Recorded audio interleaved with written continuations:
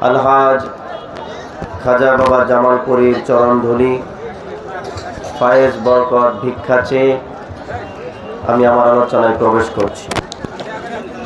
আসসালাতু ওয়াসসালামু আলাইকা সাইয়্যিদি ইয়া রাসূলুল্লাহ। আসসালাতু ওয়াসসালামু আলাইকা ইয়া হাবিবাল্লাহ। الصلاة والسلام عليك يا شافع المذنبين. الصلاة والسلام عليك يا رحمة للعالمين. اللهم صل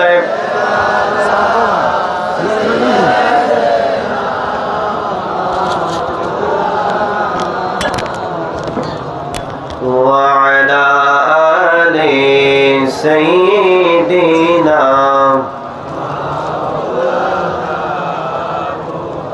গভীর রাত রহমতের সময় একটু জবান ছেড়ে পড়েন আল্লাহুম্মা সাল্লি আলা সাইয়্যিদিনা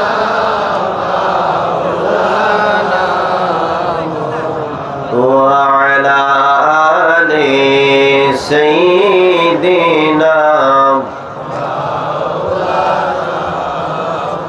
মোদের ভয় কি আছে আর মোদের ভয় কি আছে আর মোদের ভয় কি আছে জোরে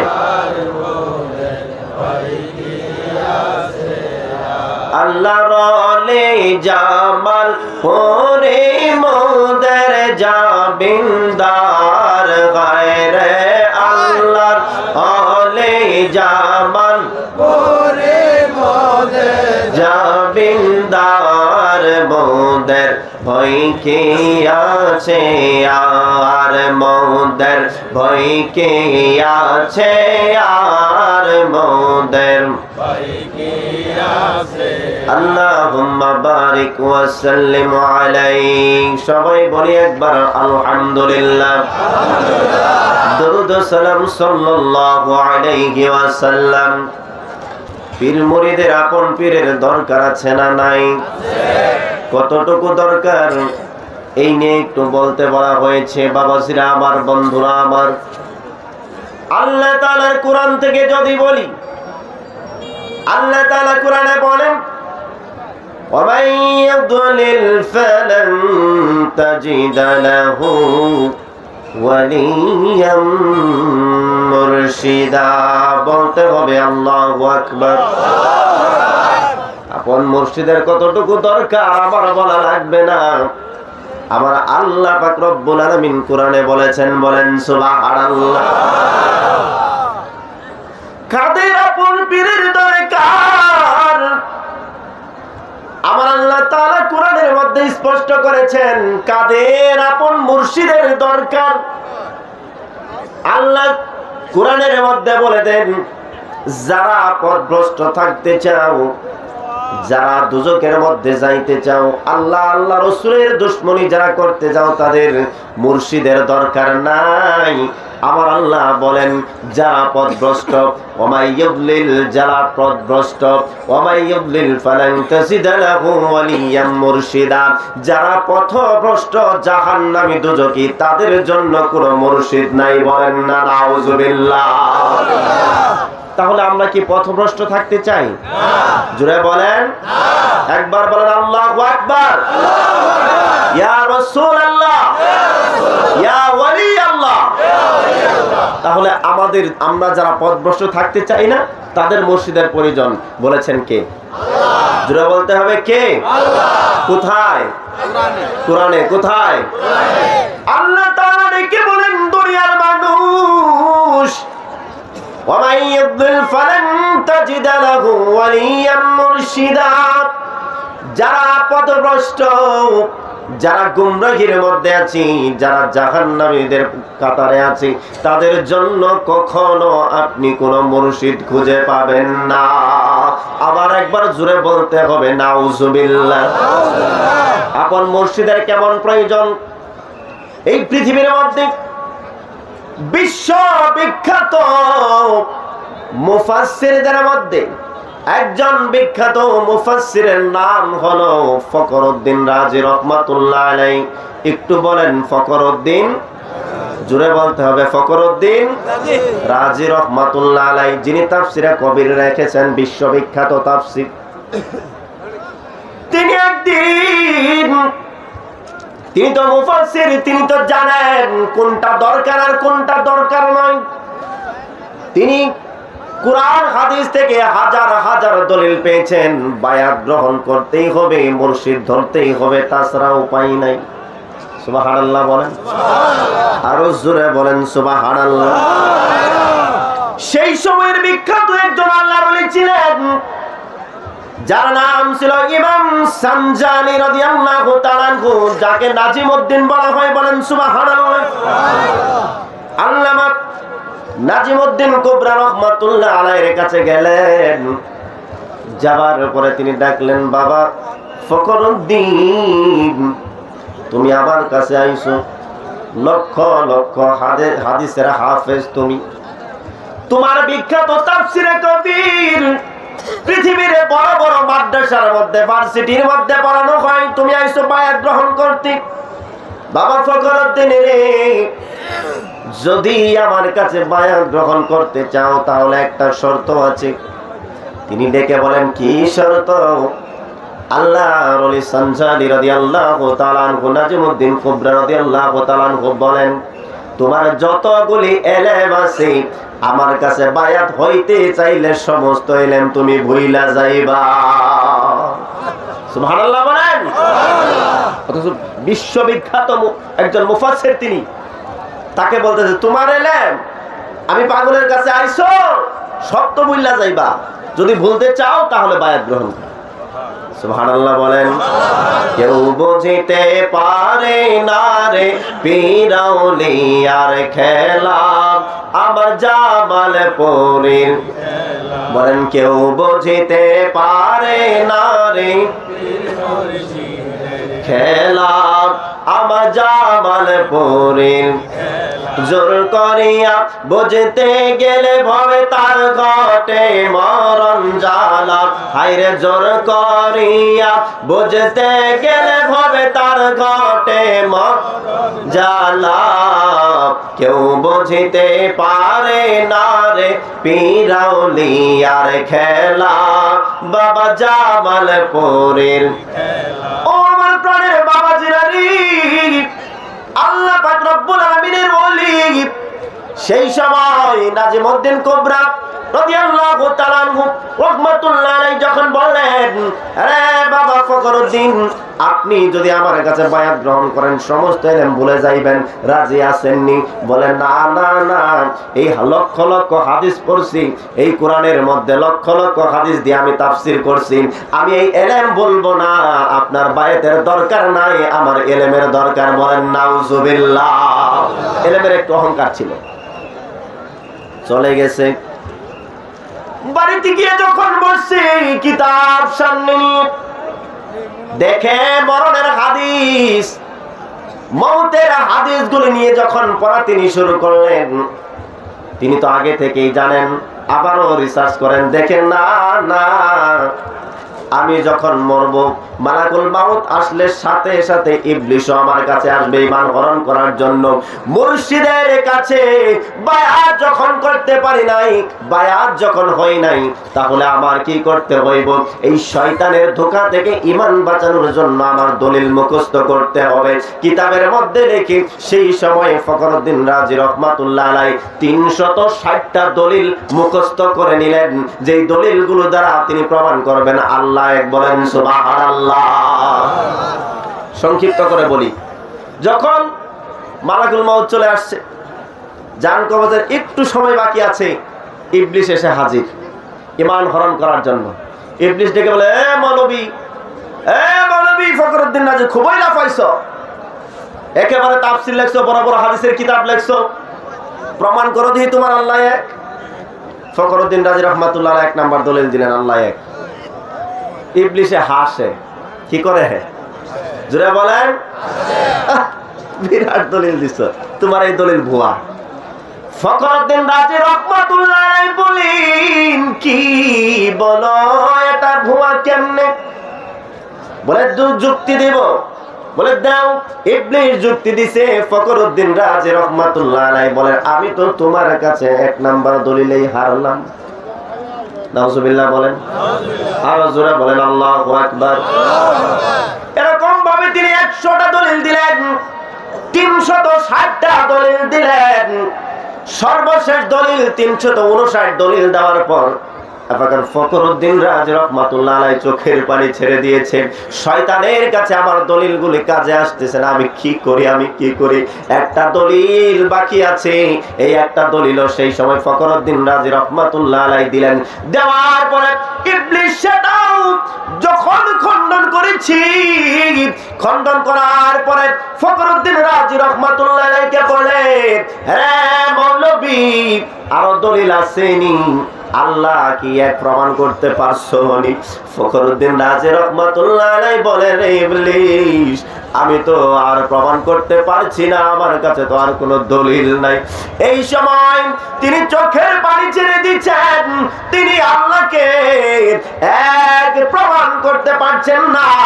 এমন সময় নাজিমউদ্দিন কুবরা রাদিয়াল্লাহু তাআলা আনহু তিনি ওযু করতেছিলেন। আল্লাহর ওলিদের চোখ কেমন, আল্লাহর ওলিদের ক্ষমতা কেমন দেখেন। তিনি ওযু করার মুহূর্তে দেখতে পেলেন ওই সময় ফখরুদ্দিন রাজি রাহমাতুল্লাহ আলাইহি মহা বিপদের মধ্যে আছেন। তিনি সঙ্গে সঙ্গে হাজার শত শত মাইল দূর থেকে তার ওযুর পানিটা শয়তানের দিকে নিক্ষেপ করলেন। এই ওযুর পানির ফাইজের কারণে শয়তান দূরে চলে গেল। সেই সময় এই শত মাইল দূর থেকে ফখরুদ্দিন রাজি রাহমাতুল্লাহ আলাইহিকে বললেন, আরে ফখরুদ্দিন, তোর এলেম কোথায় গেল? সমস্ত এলেমগুলি তো বিফলে গেল। এখন আমার প্রয়োজন হয়েছে, দেখ পীরের প্রয়োজন আছে কি নাই। তুই যে পীরের দরবারে আসছিলি, আল্লাহ ওলির দরবারে ধুলিগুলি তার পায়ে, তোর পায়ে লাগাইছিলি। যা রে ফখরুদ্দিন রাজি, আমার দরবারের ধুলির কারণে আমি তোর ঈমান রক্ষা করার জন্য আমি তো একটা দলিল দিলাম। কোনদিন শয়তানের ক্ষমতা নেই এই দলিল উল্টাইবে। এই ফখরুদ্দিন, এই মুহূর্তে তুই বল, বিনা দলিলে আল্লাহ। আরো জোরে বলেন সুবহানাল্লাহ। যখন তিনি বলছেন, এই ইবলিস, আমার ওস্তাদ, এই মুহূর্তে আমি আমার পীরকে গ্রহণ করে নিলাম, আমার পীর আমাকে সাহায্য করলেন, আমার পীরের কথা অনুযায়ী আমি তোকে দলিল দিচ্ছি, পারলে খণ্ডন কর। আমার পীর বলে দিয়েছেন, দলিল দিয়েছেন বিনা দলিলে আল্লাহ, তুই এখন প্রমাণ কর। সুবহানাল্লাহ বলেন, আরো জোরে বলেন সুবহানাল্লাহ। মোদের ভয় কি আছে আর মোদের জোরে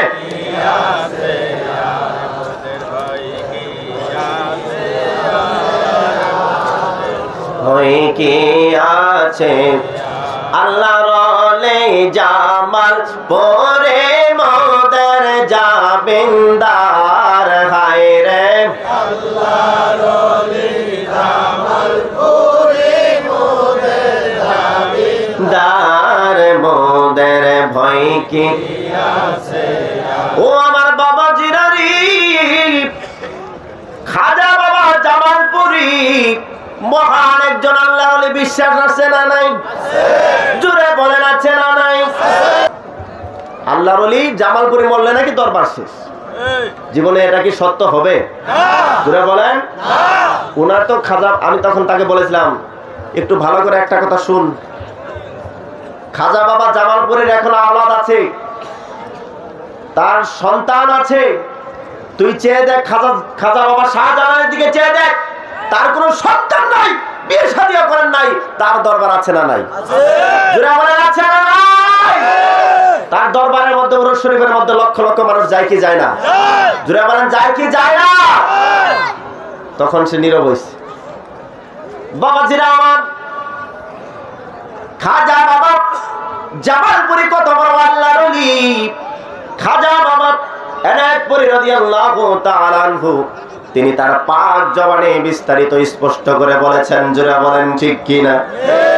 আমি কয়েকটা কারামত বলবো, যেহেতু সময় কম, আমি অসুস্থ, ভাবছিলাম যে আমি কথাই বলতে পারবো না। আল্লাহর ওলির বাস্তব প্রমাণ।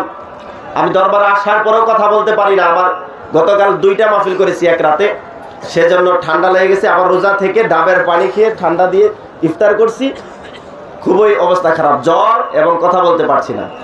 মালিকের উপরে ভরসা করে দরবার থেকে আমার মতো গুনাহগারকে স্মরণ করা হয়েছে। এখন না এসেও পারি না, আল্লাহর ওলির দরবারে যাব, আল্লাহর ওলি দেখবে। সুবহানাল্লাহ বলেন। আলহামদুলিল্লাহ একটু হলেও তো কথা বলতে পারতেছি, ঠিক কিনা বলেন? ফজরের নামাজ যে পড়াবো, তেলাওয়াত করবো, এই শক্তি ছিল না আমার। বাবাজিরা আমার, আল্লাহর ওলি খাজা বাবা জামালপুরী কত বড় মহান ওলি। আল্লামা খাজা বাবা এনায়েতপুরী তার পাক জমানের সার্টিফিকেট দিয়েছেন। যেদিন তার জন্ম হলো, দুনিয়ার মধ্যে যেদিন শুভাগমন গ্রহণ করলেন, খাজা বাবা জামালপুরের নানা যান খাজা বাবা এনায়েতপুরীর কাছে গিয়ে সুসংবাদ দিলেন। দেওয়ার সঙ্গে সঙ্গে খাজা বাবা এনায়েতপুরী জানিয়ে দিলেন, ও খাজা বাবা এনায়েতপুরী জানিয়ে দিলেন, ওরে আমার সাইফুদ্দিনের, আমার কলিজার টুকরার বড় সন্তান হইছে, তুমি কি তার পরিচয় জানো? আমি তো দেখেছি, এই হলো মাদারজাত ওলি, মায়ের গর্ভ থেকে ওলি হয়ে দুনিয়ায় আইছে। তিনি যে আল্লাহর ওলি, এটা তো খাজা বাবা এনায়েতপুরী বলছেন পাক জমানে যেদিন পৃথিবীতে আগমন করেছেন সেদিন। কিন্তু কয়েক মাস পরে তার বাস্তব প্রমাণে, বাস্তবে তিনি দেখিয়ে দিয়েছেন তিনি আল্লাহর ওলি। জোরে বলেন সুবহানাল্লাহ। কয়েক মাস বয়স, এখনো খাজা বাবা জামালপুরী হাঁটতে পারে না। এমন সময় আম্মাজান খাজা আসিয়া ফুফু আম্মাজান তিনি কোলে করে নিয়ে আছেন খাজা বাবা জামালপুরীকে, এখনো হাঁটা শিখে নাই।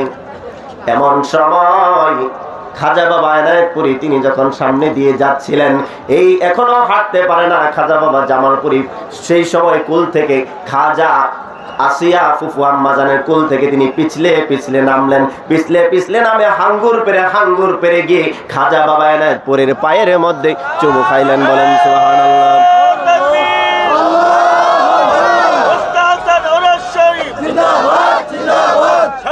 খাজা বাবা জামালপুরী হাঙ্গুর পেরে যখন খাজা বাবা এনায়েতপুরের পায়ে চুমু দিলেন, কদম বুসি করলেন, সঙ্গে সঙ্গে খাজা বাবা এনায়েতপুরী সহ সমস্ত জগৎবাসীকে দেখিয়ে দিলেন, দেখো রে, যার জন্মের দিন বলেছিলাম এ মাদারজাত ওলি, বাস্তব প্রমাণ দেখো, হাঙ্গুর পাড়া অবস্থায় এখনো কথা বলতে পারে না, এই অবস্থায় দেখো দৌড়ে চলে এসে আমার কদম বুসি করলো। এটা অনেক সময় বড়রাও কল্পনা করতে পারে না। বলেন সুবহানাল্লাহ। প্র্যাকটিক্যাল প্রমাণ দিয়েছেন কুলে থাকা অবস্থায়। আর তিনি যে এমন বড় আল্লাহর ওলি, তার আরো প্রমাণ দিয়েছেন যখন মাত্র 2 থেকে 2.5 বছর বয়স। সুবহানাল্লাহ বলেন। খাজা বাবা এনায়েতপুরী তিনি যখন তিনি অসুস্থ হয়ে গেলেন, পর্দা করার সময় যখন আসলেন, সেই সময় খাজা বাবা জামালপুরীকে একবার ডেকে বললেন, বাবা যান, বলেন তো আমি কখন সুস্থ হব? জোরে বলেন সুবহানাল্লাহ। আরো জোরে বলতে হবে সুবহানাল্লাহ। রোগী তো ডাক্তারের কাছে যায়, রোগী তো কখনো কামারের কাছে ওষুধের জন্য যায় না। বলেন ঠিক কিনা? খাজা বাবা এনায়েতপুরী ডেকে বলেন, বাবা, ও বাবা খসরু রে, বাবা খসরু, বলুন তো আমি কবে সুস্থ হব? খাজা বাবা এনায়েতপুরের পাক জবান থেকে যখন এই কথা বের হয়েছে, ছোট খাজা বাবা জামালপুরী তিনি ডেকে বলে, আপনি রবিবারের দিন পুরোপুরি সুস্থ হয়ে যাবে। আর জোরে বলেন সুবহানাল্লাহ। দেখা করে রবিবারে যখন আসি, খাজা বাবা এনায়েতপুরী তিনি রবিবারের দিন চিরতরে সুস্থ হয়েছেন। তার পূর্বে কি ঘটনা হলো? আমার পূর্বে ভাইজান ওয়াজ করেছেন, সেই সময় তিনি বিস্তারিত বলতে পারেন নাই সময় স্বল্পতার জন্য। যখন মাত্র খাজা বাবা জামালপুরী সেই শিশু বয়সের মধ্যে বললেন, আপনি রবিবারের দিন সুস্থ হয়ে যাবেন, পুরোপুরি সুস্থ হয়ে যাবেন, এই কথা শোনার সঙ্গে সঙ্গে খাজা বাবা এনায়েতপুরী ডেকে বলেন, রে বাবা খসরু, যদি তুমি বয়সে যদি ছোট না হইতা, আমার বেলায়েতের যেই চাবি কাটি তোমার কলম কোমরে ঝুলিয়ে দিতা।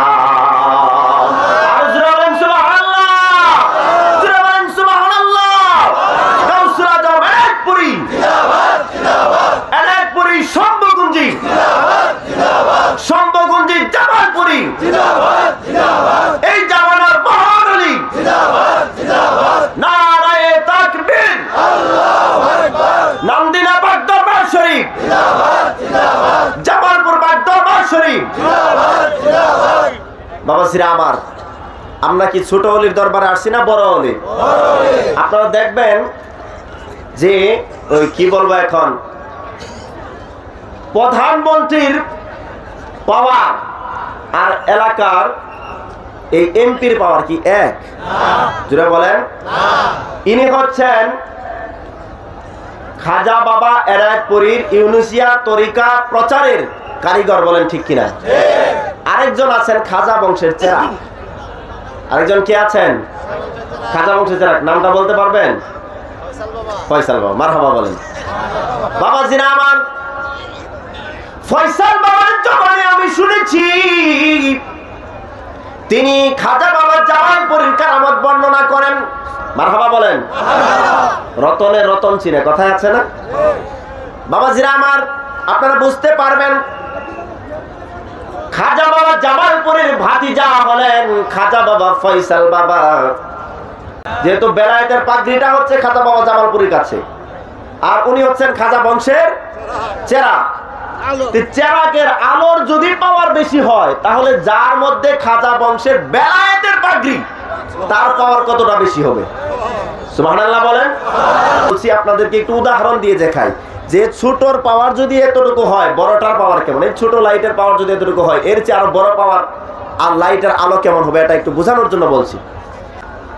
খাজা বাবা ফয়সাল বাবার একজন মুরিদ চাঁদপুরের মধ্যে সবুজ মাস্টার নাম, তার গাছ বাড়ির মধ্যে একটা কাঁঠাল গাছ মরে গিয়েছিল।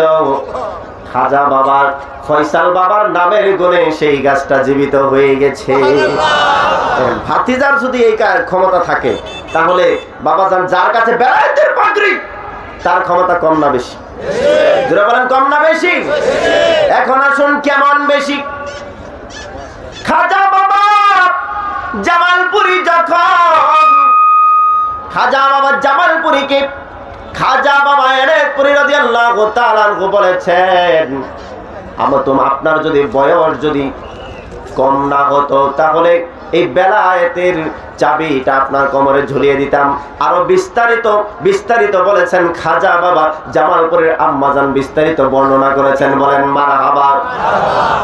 আল্লাহ তাআলার ওলি খাজা বাবার সর্বগুণের সহধর্মী খাজা বাবা জামালপুরের আম্মাজান, তিনি যখন চোখের অপারেশন করার জন্য কানাডার জমিনের মধ্যে কানাডা যখন গেলেন অপারেশন করার জন্য, তখন বলেন খাজা বাবা এনায়েতপুরী দেখেন কত বড় আল্লাহর ওলি ছিলেন, কত বড় আল্লাহর ওলি। আজকের এই মাহফিলের মধ্যে খাজা বাবা জামালপুরের এই দরবারের মধ্যে খাজা বাবা এনায়েতপুরী উপস্থিত থাকতে পারে কিনা? জোরে বলেন পারে কিনা? প্রমাণ পেয়ে যাবেন এই ঘটনার মাধ্যমে। আমাদের সম্যগঞ্জে আম্মাজান হুজুর কেবলার জমানের মধ্যে আপনারা পেয়ে যাবেন। এই বাংলাদেশ নয়, কানাডার মধ্যে যখন তিনি গেলেন চিকিৎসা, চোখ অপারেশন করার জন্য, চোখের অপারেশন হবে, আম্মা হুজুর তিনি ভয় পেয়ে গেলেন। এমন সময় তিনি যখন ভয় পাচ্ছেন, সেই সময় দেখেন খাজা বাবা এনায়েতপুরী তার পাশে গিয়ে বসে ডাক দিয়ে বলেন, মা গো, আপনার কোনো ভয় নাই, আপনার কোনো ভয় নাই, আমি আপনার পাশে আছি, আমি আপনার পাশে আছি। খাজা বাবা এনায়েতপুরী পাশে বসে খাজা বাবা আম্মা জামালপুরের আম্মা হুজুর, আম্মা জান, আমাদের আম্মা হুজুর, তিনি বসে বসে খাজা বাবা এনায়েতপুরীর অনেকগুলি কথা শুনলেন, অনেকগুলি নসিহত করলেন। অনেকগুলি নসিহতের মধ্যে একটা নসিহত হলো যে আমার বেলায়েতের পাগড়ি, যেটা আমি আমার কলিজার টুকরা সাইফুদ্দিন বাবাকে দিয়েছি, এই সাইফুদ্দিন বাবার যে কাছে যে আমার খেরকাটা আছে, বেলায়েতের খেরকা, এটা আমার কলিজার টুকরা খাজা বাবা জামালপুরী খসরুকে দিয়ে দিবেন। আর জোরে বলেন সুবহানাল্লাহ। বাবাজিরা আমার, বন্ধুরা আমার, সেই সময় এরকম ভাবে কথা বলতে বলতে কখন যে আম্মা হুজুরের চোখের অপারেশন হয়েছে তার কোনো খেয়ালই নাই। সুবহানাল্লাহ বলেন। তিনি বলতেই পারেন না।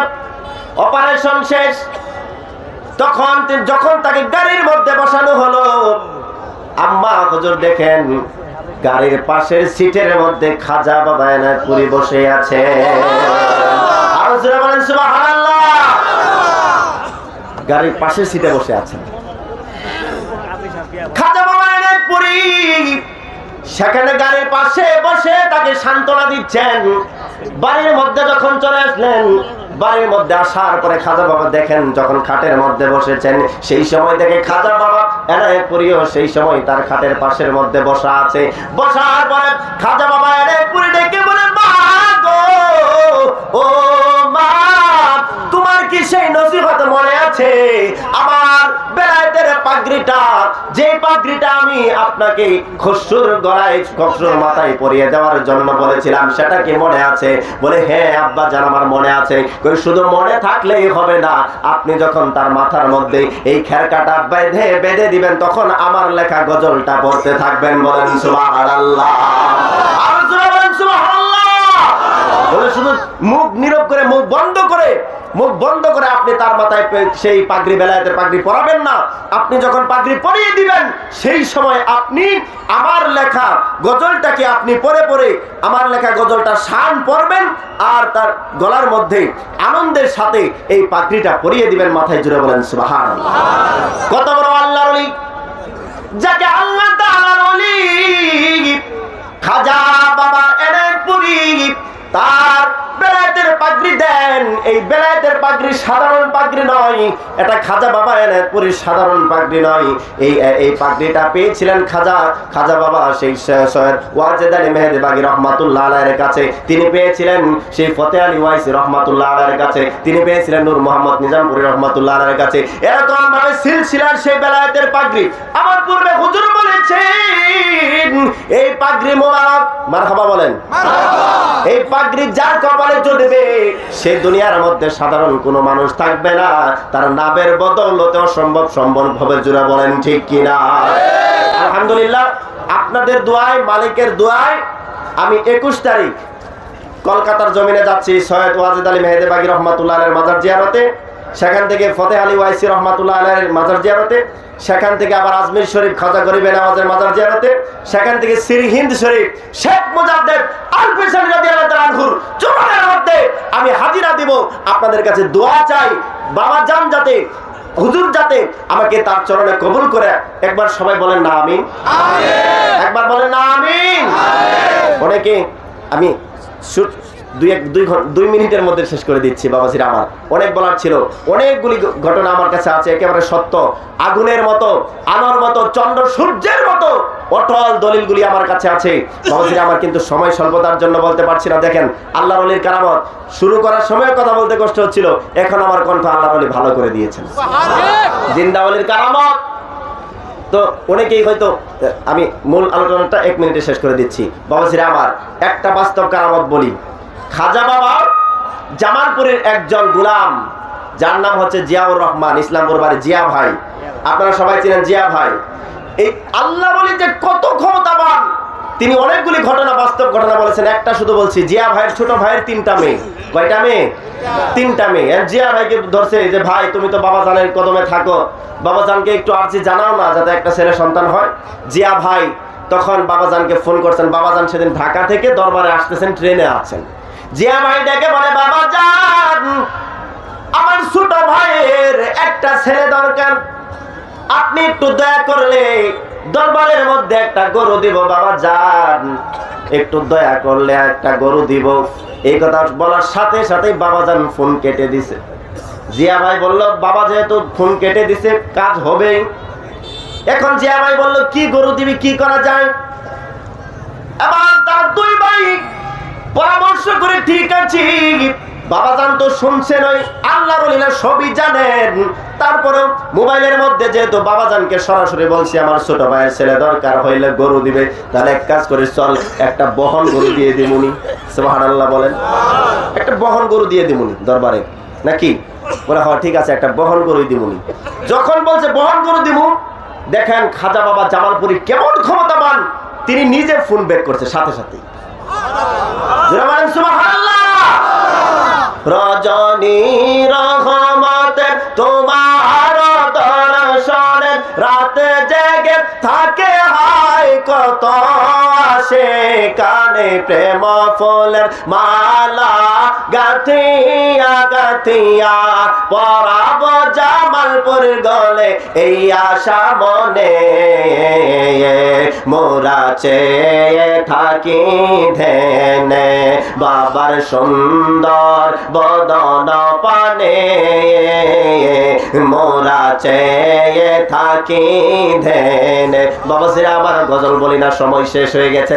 ও আমার প্রাণের বাবা জিরারি, যখন মাত্র জিয়া ভাই এবং তার ছোট ভাই বললেন ঠিক আছে চল একটা ভালো দেখে একটা বহন গরু দিমু, বহন গরুর নাম মুখে নেওয়ার সঙ্গে সঙ্গে খাজা বাবা জামালপুরে নিজের মোবাইল থেকে জিয়া ভাইয়ের কাছে ফোন ব্যাক করছে। ফোন ব্যাক করে ডেকে বলে বাবা জিয়া রে, দিবাই যখন ছেলে চাইছো, কই হ ছেলে যেহেতু চাইছো, দিবাই যখন বহন দিও না একটা দামরা দিয়ে দিও। আর জোরে বলেন সুবহানাল্লাহ। ইনি হচ্ছেন খাজা বাবা জামালপুরে, যিনি আপনি কোথায় কি করেন, কি কথা বলেন, কি পরামর্শ করেন, সবকিছু খাজা বাবা জামালপুরি তার জায়গার মধ্যে থেকে সমস্ত পৃথিবীর খোঁজ খবরগুলি রাখতে পারে। জোরে বলেন আল্লাহু আকবার। কথা সত্য না মিথ্যা? জিয়া ভাই এখনো আছে পিছনে, জিয়া ভাই এখনো আছে।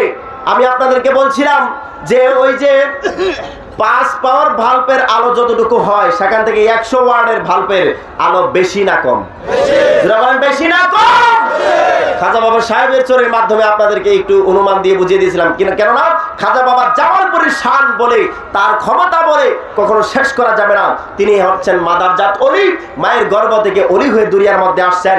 অলি হয়ে তিনি যে অলি সেটা কুলের মধ্যে থাকা অবস্থায় তার বাস্তব প্রমাণ দিয়েছেন।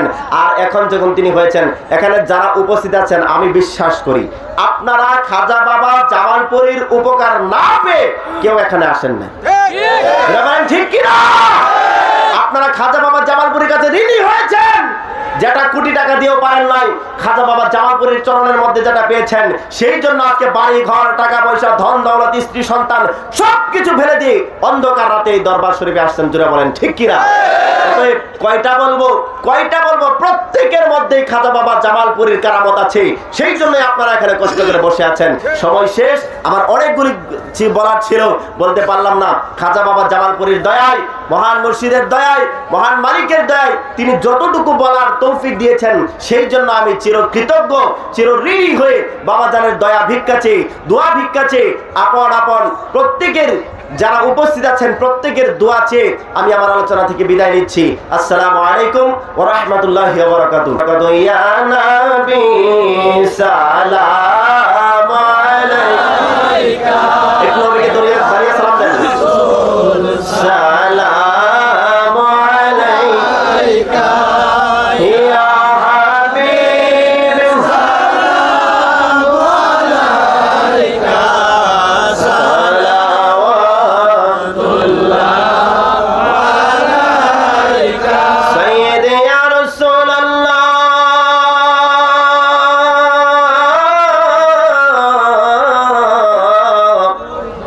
মদদ করে আপ হাবিবাল্লাহ,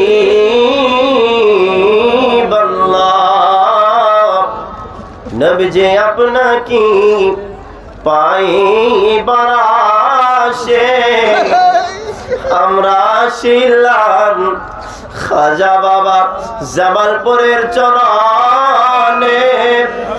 দেখা দাও নবীজি স্বপনে, হে আরজ খাজা বাবা জামালপুরের ওসিলা ইয়া নবী